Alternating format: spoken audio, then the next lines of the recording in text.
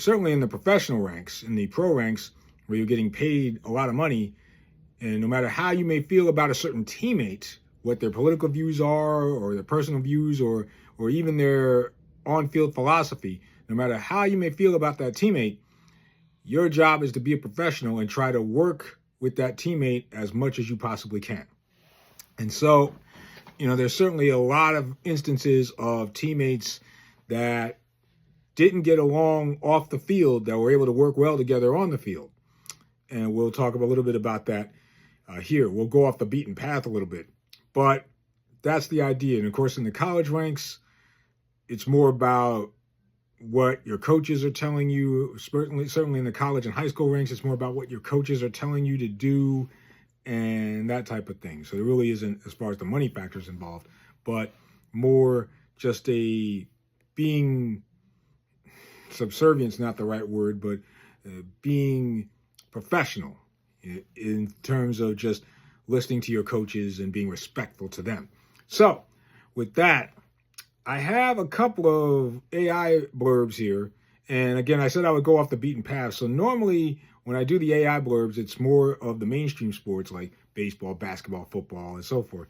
Well, here, I'm going to go a little bit off script and give you a couple of WWE instances, World Wrestling Entertainment, for those that are fans. And I find that with WWE, either people love it or hate it. So if you hate it, just bear with me for a couple minutes and try to understand the principle of what I'm getting at.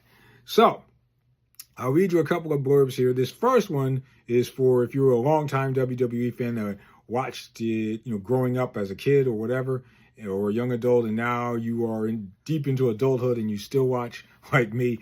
But I'll read you this and you'll know where I'm going with it pretty much right away if you recognize. So in the main event, Bret the Hitman Hart defended his WWF at the time championship against his real-life rival, Shawn Michaels.